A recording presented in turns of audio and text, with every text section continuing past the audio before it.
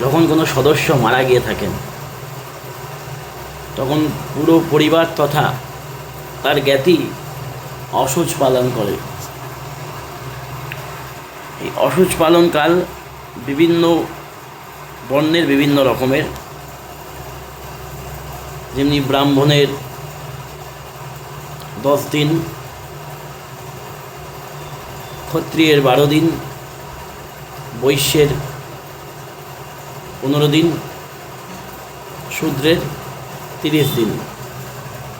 এইভাবে তারা শাস্ত্রীয় বিধান যেটা, তারা অসুচ পালন করতে বলে শাস্ত্র এই বিধানেই। কিন্তু এখন ম্যাক্সিমাম মানুষই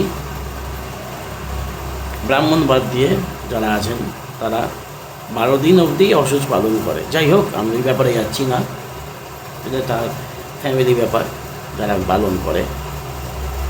কিন্তু বিষয় হচ্ছে, যখন কোনো পরিবারের কেউ মারা যায়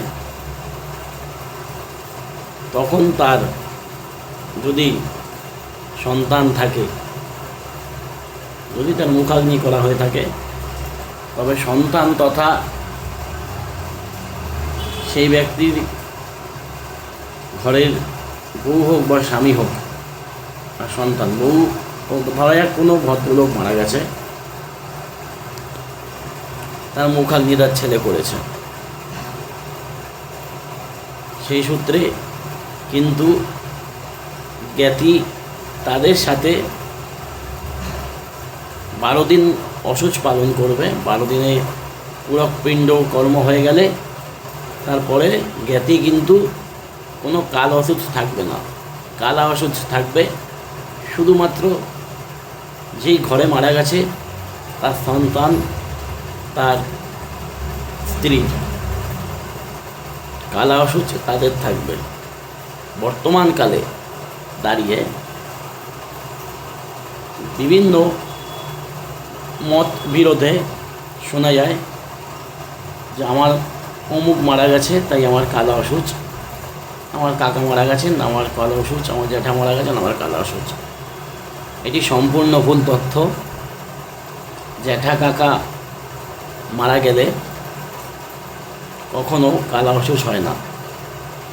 শুধুমাত্র মহাগুরু, পিতা মাতা, ঠিক আছে, পিতা মাতাই হলো মহাগুরু, এনারাই যখন নিপাত হইবেন তখনই কালা অসুচ হয়। এছাড়া কাকা জ্যাঠার মারা গেলে এনাদের উদ্দেশ্যে কেবল যাবতীয় যে পুরকপিণ্ড কর্ম হবে সেই পুরকপিণ্ড কর্ম হওয়া অবধি জ্ঞাতির অসুচ থাকে। তারপরে কিন্তু তারা কোনো কালা অসুচের মধ্যে আবদ্ধ থাকে না। ধন্যবাদ।